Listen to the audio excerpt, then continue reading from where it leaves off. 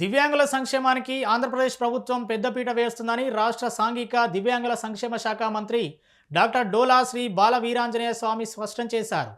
ఆదివారం ప్రకాశం జిల్లా కలెక్టరేట్లో జరిగిన లూయిస్ బ్రెయిలీ 217వ జయంతి రాష్ట్ర స్థాయి వేడుకల్లో ఆయన ముఖ్య అతిథిగా పాల్గొన్నారు.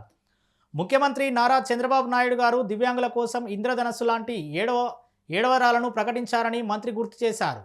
ఆర్టీసీ బస్సుల్లో ఉచిత ప్రయాణం, ప్రభుత్వ గృహ నిర్మాణ పథకాల్లో గ్రౌండ్ ఫ్లోర్ కేటాయింపు, దివ్యాంగ క్రీడాకారులకు ప్రోత్సాహం వంటి కీలక నిర్ణయాలు అమలు చేస్తున్నట్లుగా తెలిపారు.